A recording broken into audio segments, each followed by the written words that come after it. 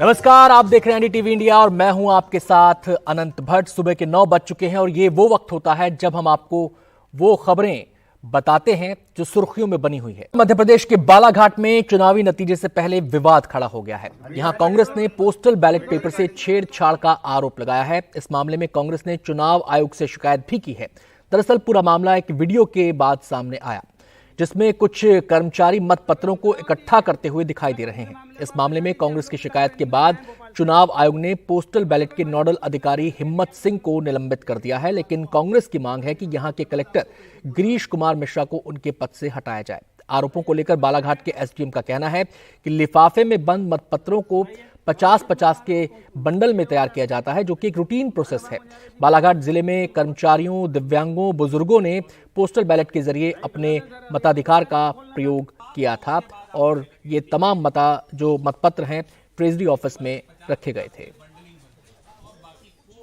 बालाघाट जिले से एक वीडियो आया जिसमें पूरा साफ दिखाया कि वहां पर जो ट्रेजरी के अंदर स्ट्रांग रूम बना हुआ है उसमें जो बोर्ड रखे गए थे बैलेट पेपर वो निकाल कर वहां पर झोलों में भरे जा रहे हैं, खुले हुए पड़े हुए हैं, जबकि किसी भी तरह से 3 तारीख के पहले से एक दिन पहले उनको निकालकर उस स्थान पर पहुंचाया जाता है जहां पर की गिनती होती है।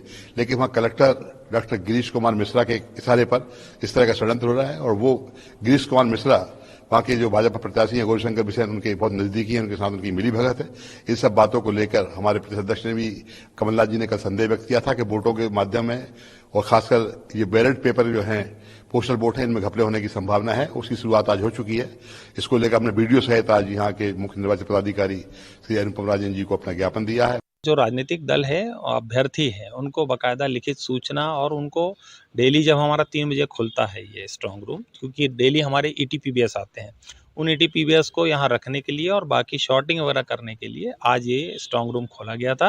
राजनीतिक दल के अभ्यर्थी प्रतिनिधि भी यहाँ पर रहे हैं। कुछ लोगों को शायद इसमें कन्फ्यूजन हो गया कि साहब वहाँ पोस्टल बैलेट को खोल के बगरा दिया गया और ये वो, तो ऐसा कुछ नहीं है, क्योंकि हमारे फैसिलिटेशन सेंटर में अन्य 5 विधानसभाओं के भी मत डले हैं, उनको शॉर्टिंग करके और 50-50 के बंडल बनाकर उसको व्यवस्थित किया जा रहा है। बाकी इसके अलावा और कोई कार्रवाई नहीं होगी। और इस मसले पर विस्तार से जानकारी देने के लिए हमारे संवाददाता अनुराग इस समय जुड़ गए हैं। अनुराग से बातचीत करेंगे। अनुराग, सबसे पहला सवाल तो ये कि एक तरफ प्रशासन का नजरिया है, वो ये कह रहे हैं कि रूटीन प्रोसेस है, दूसरी तरफ पॉलिटिकल नजरिया है जो कह रहे हैं कि छेड़छाड़ की जा रही थी, ये आरोप लगाया जा रहा है। अब लोगों के लिए समझना जरूरी हो जाता है कि प्रक्रिया है क्या। देखिए, 2 बातें हैं। एक तो पहले अपने दर्शकों के लिए बता दें कि बालाघाट एक हाई प्रोफाइल सीट है जहां से जो पूर्व कैबिनेट मंत्री हैं गौरीशंकर बिसेन वो खड़े हैं और पहले उनकी बिटिया को टिकट, मौसम बिसेन को टिकट देने की बात थी, लेकिन बाद में बहुत ही नाटकीय घटनाक्रम में आखिरकार गौरीशंकर बिसेन ही वहां से लड़े। 72 साल के कद्दावर नेता हैं। दूसरी बात ये होती है कि जो ये पोस्टल बैलेट से वोटिंग सिस्टम होता है, दरअसल मोटा मोटी अगर समझें तो ये उन कर्मचारियों के लिए जो सुरक्षा में लगे हुए हैं या जो मतदान की प्रक्रिया में लगे हुए हैं उन लोगों के लिए होता है। अगर वो उसी पोलिंग केंद्र में तैनात है जहां के वो मतदाता हैं तो वहां पर वो वोट डाल सकते हैं और इसको बेहद सुरक्षित तरीके से रखा जाता है। और अमूमन नियम ये कहते हैं कि जिस दिन गणना होती है उस दिन ईवीएम के मतों से पहले पोस्टल बैलेट को गिना जाता है। इसके पीछे एक इतिहास है कि किस तरह से 1961 की नियमावली में संशोधन करके इन कर्मचारियों को ये सुविधा दी गई। कई बार ये आरोप भी लगते हैं कि पोस्टल बैलेट की गिनती बाद में हुई है, लेकिन दरअसल चूंकि वीवीपैट से मिलान होता है तो कई बार ये एक कंफ्यूजन भी हो जाता है, एक असमंजस की स्थिति बन जाती है।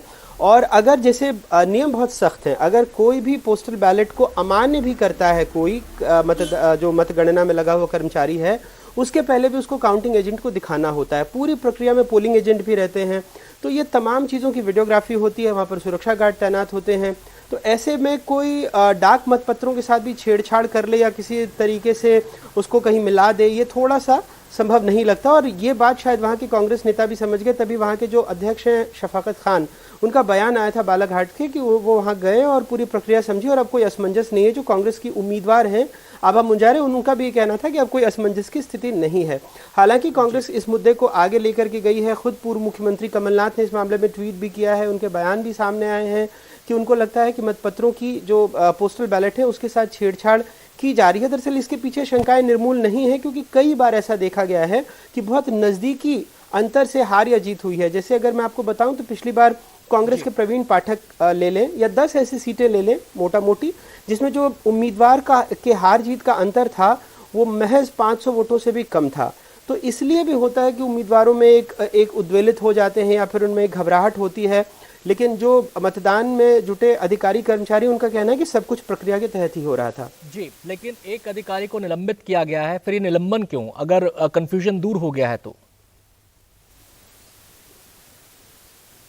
ये भी एक वाजिब सवाल है, लेकिन इस निलंबन की प्रक्रिया को चूंकि वहां के डिविजनल कमिश्नर ने इसकी अनुशंसा की है और यहाँ पर उनकी उस प्रक्रियाधीन तरीके से ही उनको एक निलंबित किया गया है। लेकिन चूंकि अब उनसे एक्सप्लेनेशन मांगा जाएगा और विस्तार से जो देर रात कल हमारी बातचीत हो पाई थी चुनाव आयोग से, अनौपचारिक तौर पर उनका कहना था कि जो वहां शायद जो उम्मीदवार उस वक्त जब आए और वो अपनी बातों से उनको संतुष्ट नहीं कर पाए, लेकिन उनका पूरा एक ब्यौरा देखेंगे और उसके बाद फिर हो सकता है कि इस निलंबन की कार्रवाई को भी वापस ले लिया जाए। लेकिन अभी ये कयास है, औपचारिक तौर पर जब जवाब आ जाएंगे, बाकी की चीजें होंगी, तब इस बारे में हम अपने दर्शकों को विस्तृत तौर पर बता पाएंगे। बहुत शुक्रिया अनुराग आपका इस पूरी जानकारी के लिए।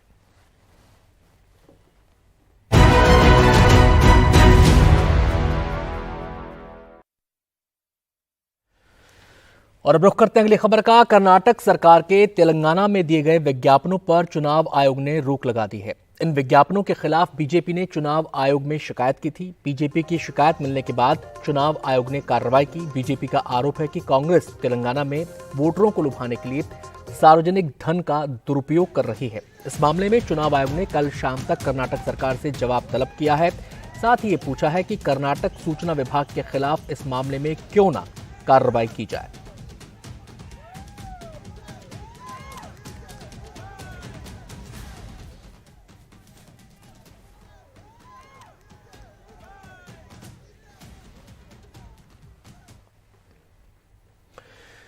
तेलंगाना विधानसभा चुनाव के प्रचार का आखिरी दौर शुरू हो चुका है। सभी राजनीतिक दलों ने पूरी ताकत झोंक दी है। इसी कड़ी में प्रधानमंत्री नरेंद्र मोदी ने कल हैदराबाद के महबूबाबाद और करीमनगर में रैली की। उसके बाद शाम को हैदराबाद में रोड शो किया। इसमें लोगों की जबरदस्त भीड़ देखने को मिली। महबूबाबाद में चुनावी रैली को संबोधित करते हुए पीएम मोदी ने सत्तारूढ़ बीआरएस पर तीखा हमला बोला। पीएम ने कहा कि केसीआर को बीजेपी की ताकत का एहसास हो गया था। वो बीजेपी से दोस्ती करना चाहते थे, लेकिन बीजेपी ने उनका ऑफर ठुकरा दिया। उन्होंने कहा कि तेलंगाना को केसीआर की जरूरत नहीं है।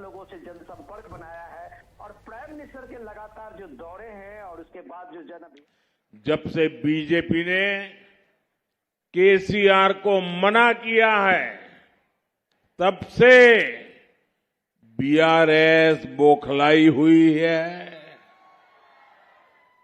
बीआरएस अब मुझे गाली देने का कोई मौका नहीं छोड़ती। बीआरएस जानती है कि मोदी कभी बीआरएस को बीजेपी के आसपास भी फटकने नहीं देंगे और ये गारंटी भी मोदी की गारंटी है। और मोदी की गारंटी यानी गारंटी पूरी होने की गारंटी।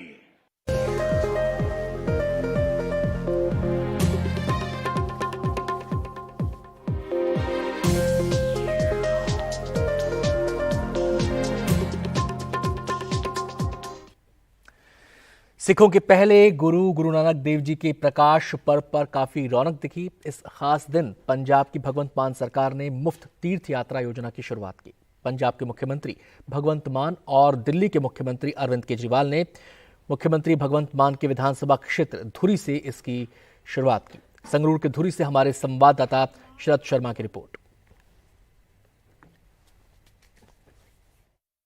और दिल्ली के मुख्यमंत्री अरविंद केजरीवाल ने संगरूर के धुरी से बसों को हरी झंडी दिखाई और दिल्ली की तरह पंजाब में भी मुफ्त तीर्थ यात्रा शुरू हो गई। सिखों के प्रथम गुरु नानक देव के जन्मदिन पर यह शुरुआत हुई। आज पहली ट्रेन जा रही है।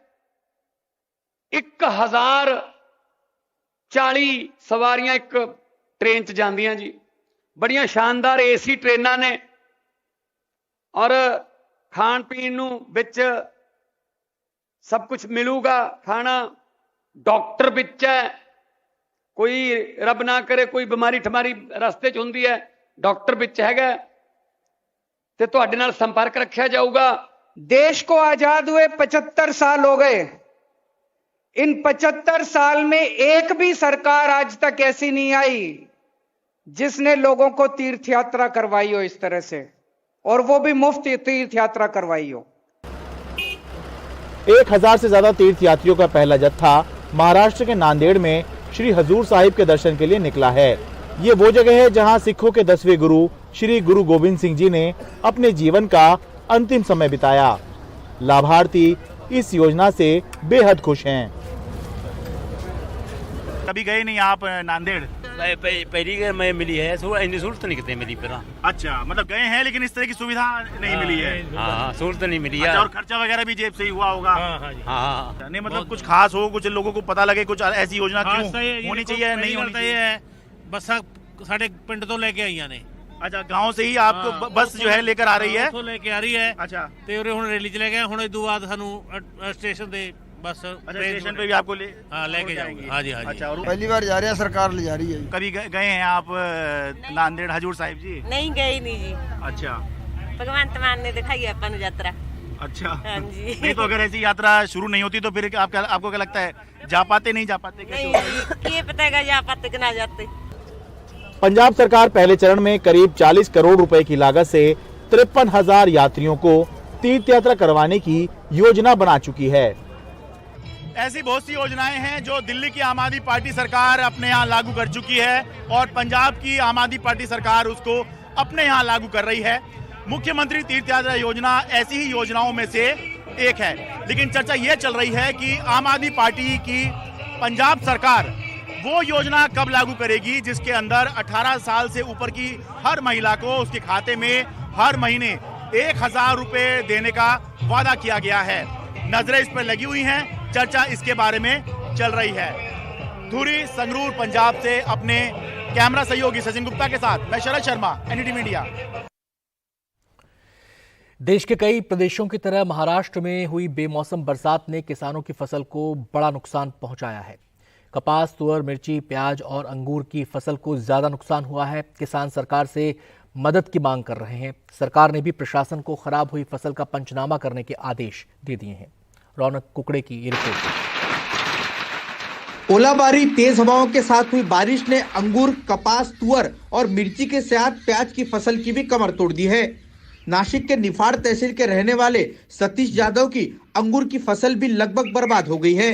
उनका कहना है कि फसल के अभी अंकुर ही निकले थे, लेकिन ओलाबारी ने उसे नीचे गिरा दिया है। द्राक्षाचे सर्व मणी जवळपास असे झाले, ही परिस्थिती झाली, म्हणजे अजून ऊन पडल्यावर ताकीन जास्त दिसेल नुकसान। बारिश की वजह से अंगूर की फसलों को भारी नुकसान हुआ है। अंगूर की फसल के 1 एकड़ में 3 से 4 लाख का खर्चा होता है। ये देखो, सारे अंगूर नीचे गिर गए हैं, ये पूरी तरह से खराब हो गए हैं। इस साल के सीजन में पूरा नुकसान हुआ है। आता डायरेक्ट उन्हाळ्यात सीजन मध्ये कट करून तेवढंच। ये 4 एकड़ का खेत है। ये खेत में अभी ये तुअर पर हमारी आशा थी कि वो इनमें से हमको उत्पन्न मिलेगा, लेकिन ये पूरी तरह से खत्म हो गया। ये भी हमें आशा थी कि खेती की कमाई से हमारी आर्थिक स्थिति अच्छी होगी और हमारे बच्चों की पढ़ाई का खर्च निकल जाएगा। हमने कर्जा लेके पूरी मेहनत के साथ खेती की थी, लेकिन ओलाबारी के कारण पूरी फसल बर्बाद हो गई। अब कैसे होगा, क्या करे, कुछ समझ नहीं आता। विपक्ष सरकार से किसानों को फौरन मदद पहुंचाने की मांग कर रहा है। बेमौसम बारिश के कारण किसानों का बहुत पैमाने में नुकसान हुआ है, इसलिए मुश्किल में आने वाले किसानों का कर्जा माफ कर देना चाहिए, ये हमारी मांग है। इस बीच मुख्यमंत्री एकनाथ शिंदे ने किसानों को हुए नुकसान का फौरन आकलन करने के आदेश अफसरों को दिए हैं। मुख्यमंत्री के आदेश के बाद नासिक के प्रभारी मंत्री दादा भुसे ने भी अंगूर की खेती को हुए नुकसान का जायजा लिया। काफी नुकसान हुआ है, सरकार किसान के साथ है, हर संभव मदद दी जाएगी। पंचनामा कराने के आदेश दिए जा चुके हैं। नुकसान कितना बड़ा है, इसके आंकड़ों के लिए इंतजार मंगलवार तक करना पड़ेगा। मौसम विभाग से मिली जानकारी के मुताबिक अरब सागर में कम दबाव का क्षेत्र निर्माण होने की वजह से महाराष्ट्र समेत मध्य भारत में बारिश का पूर्व अनुमान लगाया गया था। हालांकि अब इसका जोर कम होगा। नासिक से किशोर बेलसरे के साथ रौनक कुकड़े, एनडीटीवी इंडिया के लिए। कतर, तुर्की और अमेरिका की कोशिशों के बाद इजरायल और हमास के बीच 4 दिन के युद्ध विराम को 2 दिन बढ़ाने पर सहमति बन गई है। पहले युद्ध विराम 4 दिन का था, जिसमें 50 इजरायली बंधक और 150 फिलिस्तीनी कैदियों को रिहा किया जाना था। समझौते की पुरानी शर्तों के साथ ही अब युद्ध विराम 2 और दिनों के लिए जारी रहेगा। जानकारी के मुताबिक इस दौरान 20 और इजरायली बंधक रिहा किए जाएंगे, जबकि इजरायल 50 और फिलिस्तीनी कैदियों को रिहा करेगा। इसके पहले पुराने समझौते के तहत हमास ने तीसरे बैच के 11 इजरायली बंधकों को रिहा कर दिया है, जिसके बदले 33 फिलिस्तीनी कैदियों को इजरायल ने रिहा कर दिया। दुनिया के कई देश इस कोशिश में लगे हैं कि इस युद्ध विराम को और आगे बढ़ाया जाए। इजरायल से आ रही जानकारी के मुताबिक हर 10 बंधक के रिहा करने के एवज में वो 1 दिन युद्ध विराम बढ़ाने पर सहमत हो सकता है।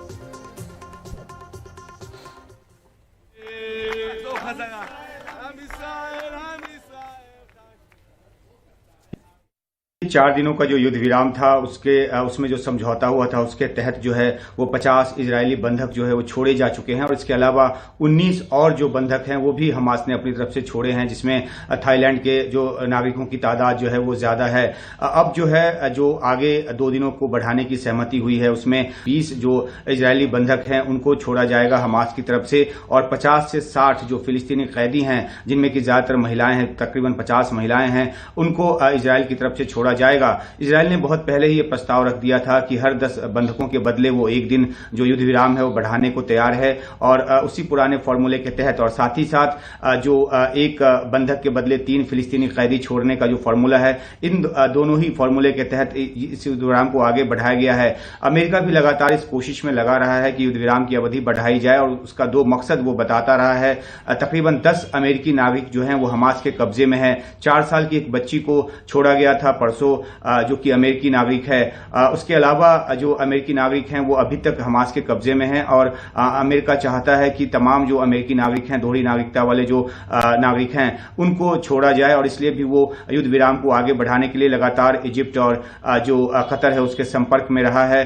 तुर्की ने भी अपनी तरफ से मदद की है। तो अब जबकि युद्ध विराम 2 दिन और बढ़ रहा है तो उसका एक बड़ा बड़ी राहत है वो इजरायल जो गाजा पट्टी के जो लोग हैं उनके लिए होगा, क्योंकि पिछले 4 दिनों में हमने देखा है कि तकरीबन हर दिन 200 ट्रक जो है मदद सामग्री वो गाजा पट्टी पहुंच रही है, और लोगों को वहां पर जो चीजों की किल्लत है उसमें उनको थोड़ी सहूलियत हो रही है। जो ट्रक पहुंच रहे हैं उसमें ईंधन भी है, और खासतौर पे टेंट जैसी चीजें भी है जिनकी खास जरूरत है, क्योंकि लाखों लोग जो हैं वो अपना घर उनका घर जो है तबाह हो चुका है, वो खुले में रहने को बाध्य हैं। ठंड का मौसम आ रहा है तो ऐसे में उनको एक ऐसी शरण की जरूरत है जहां पर वो अपना सिर छिपा सकें। तो इसलिए ये 2 दिन जो युद्ध विराम बढ़ रहा है उसका फायदा जो है गाजा पट्टी के लोगों को तो होगा ही, साथ ही साथ ज्यादा से ज्यादा जो बंधक हैं वो रिहा हो सकेंगे। 69 बंधक अभी तक जो है वो हमास छोड़ चुका है, जो कि 50 जो है वो डील का पार्ट था, उसके अलावा 19 उसने बंधक छोड़े हैं। अब देखना है कि ये जो 2 दिनों का युद्ध विराम, हालांकि इस पर आधिकारिक तौर पर इजरायल की तरफ से कुछ नहीं कहा गया है, लेकिन व्हाइट हाउस ने इसकी पुष्टि कर दी है कि 2 दिनों के लिए युद्ध विराम बढ़ाया गया है। हमास की तरफ से भी इस बात की जानकारी दी गई है, और कतर फॉरेन मिनिस्ट्री की तरफ से ट्वीट करके इस बात को कहा गया है। तो अब ये एक राहत की बात है कि कुछ और बंधक छूट रहे हैं और गाजा में और ज्यादा राहत सामग्री जो है वो पहुंचने जा रही है।